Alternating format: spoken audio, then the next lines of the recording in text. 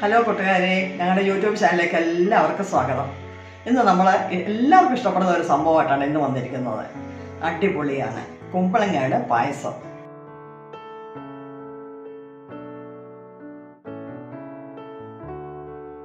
അയ്യോ, ഭയങ്കര ടേസ്റ്റാണ്.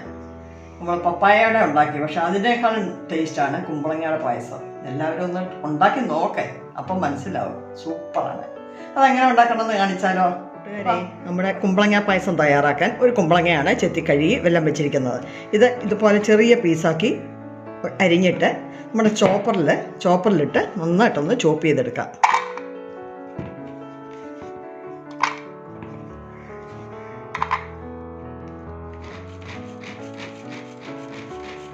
ഇതേപോലെയാണ് നമുക്ക് അരിഞ്ഞെടുക്കേണ്ടത്.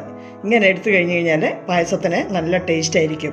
നമ്മൾ അടപ്പായസമൊക്കെ വെക്കത്തില്ലേ, അതുപോലെ അതിനകത്ത് അട കിടക്കുന്ന പോലെ കിടക്കും ഇതിൻ്റെ പീസുകൾ. നന്നായിട്ട് ഇതുപോലെ ഒന്ന് നമുക്കെല്ലാം ഒന്ന് ചോപ്പ് ചെയ്തെടുക്കാം. കുമ്പളങ്ങയൊക്കെ നന്നായിട്ട് ചെറുതായിട്ട് ചോപ്പ് ചെയ്ത് വെച്ചിട്ടുണ്ട്. ഇതൊരു 2.5 കപ്പുണ്ട്. നമുക്ക് ഇതാദ്യമേ ഇതൊന്ന് വേവിച്ചെടുക്കാം. ഇതിലേക്ക് ഒരു പാത്രത്തിലേക്ക് ഇടാം.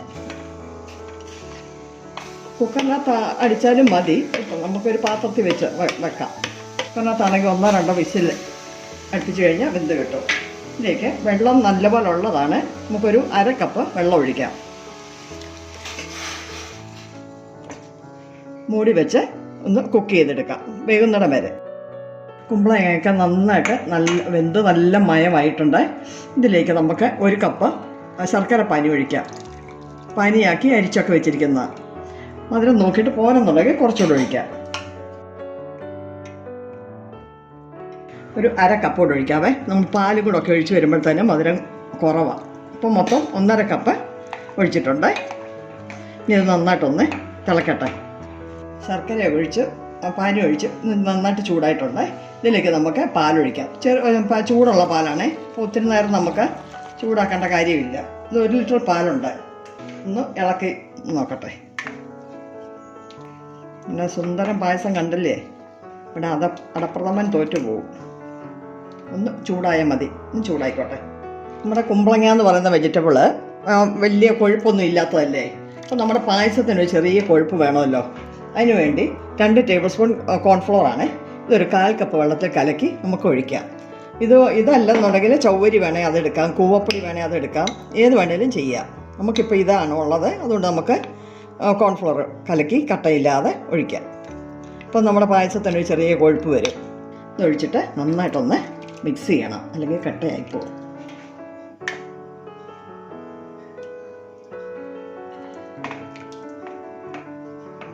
ഏലക്കായും പഞ്ചസാരയും കൂടെ പൊടിച്ചത് ഇതൊരു ടീസ്പൂൺ ചേർക്കാം. ചുക്കുപൊടിയാണ്, ഇതൊരു 1/2 ടീസ്പൂണ്. നന്നായിട്ടൊന്ന് മിക്സ് ചെയ്യാം. അപ്പോൾ നല്ല കുറുകി വന്നിട്ടുണ്ട് കണ്ടോ. ഇനി നമുക്ക് ഇച്ചിരി കാഷ്യൂനട്ടും കിസ്മിസും കൂടെ വറുത്തൊഴിക്കാം. നമ്മൾ മധുരമുള്ള എന്തുണ്ടാക്കിയാലും നമ്മൾ ഒരു നുള്ള ഉപ്പ് ചേർക്കാറുണ്ട്. ആ മധുരം ഒന്ന് ബാലൻസ് ചെയ്യാനായിട്ട് നമുക്ക് ഈ പായസത്തിലും അതുപോലെ ചേർക്കാം. ഒരു നുള്ളു മതി. മിക്സ് ചെയ്തിട്ടുണ്ട്. കാഷ്യൂനട്ടും കിസ്മിസും ഒന്ന് വറുത്ത് ഇടാം. പാൻ വെച്ച് ചൂടായിട്ടുണ്ട്. ഇതിലേക്ക് 1 ടേബിൾ സ്പൂൺ നെയ്യ് ഒഴിക്കുക. ഒരു 1/2 ടീസ്പൂൺ ടേബിൾ സ്പൂൺ കൂടെ ഒഴിക്കാവേ. നമ്മൾ വേറെ എണ്ണയോ നെയ്യോ ഒന്നും ചേർത്തിട്ടില്ല. 1/4 കപ്പ് കാഷ്യൂനട്ടാണ്. ഇതൊന്ന് റോസ്റ്റ് ചെയ്തെടുക്കാം. കാഷ്യൂനട്ട് റോസ്റ്റ് ആയിട്ടുണ്ട്. ഇതിലേക്ക് നമുക്ക് ഒരു 1/4 കപ്പ് കിസ്മിസും കൂടി ഇട്ടൊന്ന് വറുത്തെടുക്കാം. വറുത്ത് വെച്ച കാഷ്യൂനട്ടൊക്കെ നമുക്ക് പായസത്തിലേക്ക് ചേർക്കാം.